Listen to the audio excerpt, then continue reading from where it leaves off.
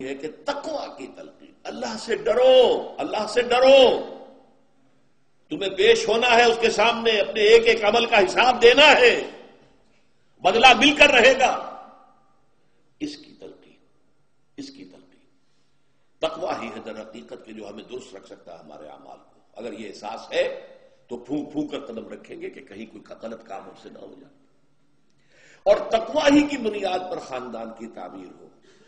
نکاح میں اس لیے یہ آیتیں لی گئی جیسے سورہ توبہ میں فرمایا لَمَسْجِدٌ أُسِّسَ عَلَى التَّقْوَىٰ مِنْ أَوَّلِ يَوْمٍ، وہ مسجد قباء جس کی پہلے دن سے تعمیر اور تاسیس تقویٰ پر ہوئی، اسی طرح جس نکاح کی تاسیس اور تعمیر تقویٰ پر ہو گئی. اب میں ترجمے صرف کر سکتا ہوں اس وقت، ورنہ یہ تو ایک ایک آیت جو ہے ایک ایک گھنٹے کا بیان چاہتی ہے. اہل ایمان اللہ کا تقویٰ اختیار کرو جتنا کہ اس کے تقویٰ کا حق ہے، اور دیکھنا موت نہ آنے پائے مگر فرما برداری کی حالت میں. کوئی لمحہ نافرمانی میں نہ گزرے مبادا اسی لمحے موت کا ظالم پنجہ آ کر تمہیں دبوچ لے. دوسری آیت، اے لوگو اپنے اس رب کا تقویٰ اختیار کرو جس نے تمہیں ایک جان سے بنایا، اسی سے اس کا جوڑا بنایا، آدم اور حوا، اور ان دونوں سے کثیر تعداد میں مردوں اور عورتوں کو زمین میں پھیلا دیا. دیکھیے کس قدر مناسبت ہے. آج پھر آدم کا ایک بیٹا، حوا کی ایک بیٹی اسی رشتے میں منسلک ہو رہے ہیں. ان سے بھی آگے نسل چلے گی. آج جو 6 بلین ہیومن بینگز ہیں، مین اینڈ ویمن، وہ کون ہیں؟ سب آدم اور حوا کی اولاد ہے کہ نہیں؟ لیکن دوبارہ فرمایا واتقوا اللہ، دیکھو دوبارہ سن لو، اللہ کا تقویٰ اختیار کرو. الذی تساءلون بہ، جس کا کہ تم ایک دوسرے کو واسطہ دیتے ہو. فقیر بھی مانگتا ہے تو اللہ کے نام پر، کہیں جھگڑے نہ چک رہے ہو کسی طریقے سے تو آخر میں واسطہ دو. اللہ کا واسطہ بھائی، اللہ کا نام مانو، ٹھیک کرو معاملے. جس کا واسطہ دینا ہے اس کے حکم پر عمل بھی تو کرو. والارحام، رحمی رشتوں کا لحاظ رکھو، قطع رحمی نہ ہو، صلہ رحمی ہونی چاہیے. اللہ تعالیٰ تم پر نگران ہے، تمہارے ایک ایک عمل کو دیکھ رہا ہے. 2 آیتیں سورہ احزاب کی. اہل ایمان اللہ کا تقویٰ اختیار کرو، اور زبان سے وہی بات نکالو جو درست و سیدھی ہو. یہ بھی زبان کا تقویٰ ہو گیا نا. پہلے بولو، پہلے تولو پھر بولو. ایک ایک حرف کی جواب دہی کرنی ہوگی اللہ کے ہاں. تم نے یہ بات کہہ دی تھی، did you have the right to say it? حق تھا تمہارا. لہذا زبان کو پکڑو، اور اگر دل میں تقویٰ اور زبان کنٹرول میں آ گئی تو یہ تمہارے سارے اعمال اللہ درست کر دے گا. اور پھر بھی اگر کوئی خطا ہو گئی، غلطی ہو گئی تو اللہ معاف فرما دے گا. اور جو اللہ اور اس کے رسول کی اطاعت پر کاربند ہو گیا اس نے تو بہت بڑی کامیابی حاصل کر لی. اللہم ربنا اجعلنا منہم، اللہم ربنا اجعلنا منہم. حضور کا خطبہ تو یہاں ختم ہو گیا. اب حدیثیں عام طور پر 2 پڑھی جاتی ہیں، میں نے 3 کر دی. پہلی حدیث النکاح من سنتی، شادی کی ترغیب ہے تجرد کے خلاف. یہ جو بعض مذاہب میں ہے کہ شادی نہ کرنا جو ہے یہ گویا کہ اعلیٰ روحانی زندگی ہے، نہ ہی لا رحمانیت فی الاسلام. فطرت کے تقاضوں کے خلاف نہ چلو، جائز راستے سے اپنی فطرت کے تقاضے کو پورا کرو. النکاح من سنتی. دوسری حدیث ہے من رغب عن سنتی فلیس منی، جس کو میری سنت پسند نہیں ہے تو اس کا مجھ سے کوئی تعلق نہیں. وہ نہ سمجھے اپنے آپ کو کہ میں امتی ہوں محمد کا صلی اللہ علیہ وسلم. اور یہ سنت پوری زندگی میں حضور کے طرز عمل کی پیروی کا نام ہے. سنتیں چھوٹی بھی ہیں، بڑی بھی ہیں.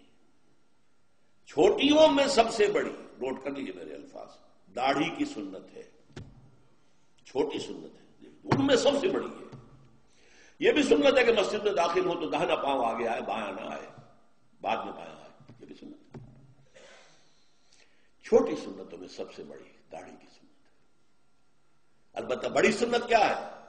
حضور نے وحی کے آغاز کے بعد سے لے کر اس حیات دنیاوی کے آخری سانس تک 2 کام کیے: اللہ کے دین کی دعوت و تبلیغ، اور اللہ کے دین کو قائم کرنے کے لیے جہاد اور قتال. یہ ہے بڑی سنت، سب سے بڑی سنت، سب سے بڑی سنت، سب سے بڑی سنت۔ جیسے آج کل آپ کہتے ہیں macro economics and micro economics, تو میکرو سننا تو یہ ہے دین کی دعوت و تبلیغ اور اللہ کے دین کو قائم کرنے کے لیے جہاد و قتال۔ تیسری حدیث جو ہے جس پر عمل ہو ہی رہا ہے، اعلنوا ھذا النکاح واجعلوہ فی المساجد، نکاح کا اعلان عام کیا کرو، مسجدوں میں منعقد کیا کرو۔ اب میں چاہتا ہوں کہ بس نکاح کیا ہے یہ بھی سمجھ لیجئے۔ ایک لڑکے اور ایک لڑکی کے مابین ایک معاہدہ ہے۔ عیسائیوں میں آپ کو معلوم ہے لڑکا لڑکی دونوں سامنے کھڑے ہوتے ہیں، اس لیے کہ ان کے ہاں پردہ نہیں ہے۔ ہمارے ہاں پردہ ہے، تو چاہے آپ نے لڑکی کے گھر جا کر نکاح کیا ہو، لڑکی محفل میں تو نہیں ہوتی نا، لہذا لڑکی کا ایک وکیل ہوتا ہے جو اجازت لے کر آتا ہے، اور دو گواہ اس کے ہوتے ہیں کہ اس نے اجازت حاصل کر لی ہے واقعتاً۔ گویا کہ لڑکا اصالتاً حاضر ہے، یہ عدالت ہے اس وقت، عدالت کے سامنے یہ معاہدہ ہو رہا ہے، تو لڑکا اصالتاً موجود، لڑکی وکالتاً موجود ہے اس وقت پوٹینشلی اپنے وکیل کے ذریعے سے۔ وکیل جو ہے اجازت دیتا ہے نکاح خواہ کو، یا تو وہ خود ہی نکاح پڑھا دے ٹھیک ہے، ورنہ وہ اجازت دیتا ہے کسی کو، جو اتھارٹی اس کے پاس ہے جو لے کر آیا اجازت، وہ کہتا ہے کسی کو، اور وہ تجویز کرتا ہے، پیشکش کرتا ہے، لڑکا قبول کر دیتا ہے۔ اللہ اللہ خیر صلی اللہ۔ عزیزم محمد عمران، اب آپ کھڑے ہو جائیں اینڈ فیس دی آڈینس، ادھر آ جائیں۔ عزیزم محمد عمران اکرام، ولد محمد اکرام، میں عزیزہ آمنہ یونس بنت محمد یونس کو ان کے وکیل اور چچا محمد مبشر کی اجازت سے آپ کے نکاح میں دیتا ہوں۔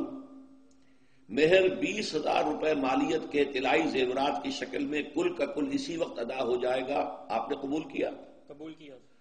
الحمدللہ۔ دوبارہ سن لیجئے، محمد عمران اکرام ولد Muhammad Ikram, super town Walton road, Lahore cantt. میں نے عزیزہ آمنہ یونس بنت محمد یونس کو ان کے چچا اور وکیل محمد مبشر کی اجازت سے آپ کے نکاح میں دیا۔ مہر 20,000 روپے مالیت کے طلائی زیورات کی شکل میں کل کا کل اسی وقت ادا ہو جائے گا۔ آپ نے قبول کیا؟ قبول کیا۔ الحمدللہ۔ بیٹھیے، اب دعا مانگ لیجیے۔ الحمدللہ الذی ہدانا لہذا وما کنا لنہتدی لولا ان ہدانا اللہ۔ کل حمد، کل سپاس، کل ثنا، کل تعریف اللہ کے لیے ہے جس نے ہمیں ہدایت عطا فرمائی۔ ہم ہرگز ہدایت یافتہ نہ ہو سکتے اگر اللہ ہی ہمیں ہدایت نہ دیتا۔ ربنا لا تزغ قلوبنا بعد إذ هديتنا وهب لنا من لدنك رحمة إنك أنت الوهاب۔ پروردگار جو ہدایت تو نے عطا فرمائی ہے اس پر استقامت عطا فرما، اب ہمارے دلوں کو کج نہ ہونے دے۔ اللهم صل على عبدك ونبيك ورسولك وحبيبك محمد وبارك وسلم وصلی وسلم علی جمیع الانبیاء والمرسلین وعلی ملائکتک المقربین وعلی عبادک الصالحین وعلینا معهم یا ارحم الراحمین۔ اللہم بارک فی ھذا النکاح، اللہم بارک فی ھذا النکاح، اللہم بارک فی ھذا النکاح۔ اے اللہ اس نکاح میں برکتیں، سعادتیں دین اور دنیا کی عطا فرما۔ اللہم الف بین قلوبہما، اللہم حبب بینہما۔ اے اللہ اس نکاح کے جانبین کے دلوں میں آپس میں ایک دوسرے کے لیے محبت اور الفت پیدا کر دے۔ اللہم وافق بینہما، اے اللہ ان کے مزاجوں میں موافقت پیدا کر دے۔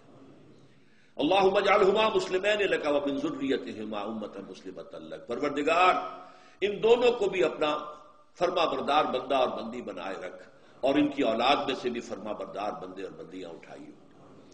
ربنا تقبل منا انک انت السمیع العلیم وتب علینا انک انت التواب الرحیم۔ وصلی اللہ تعالی علی خیر خلقہ محمد وآلہ واصحابہ اجمعین برحمتک یا ارحم الراحمین۔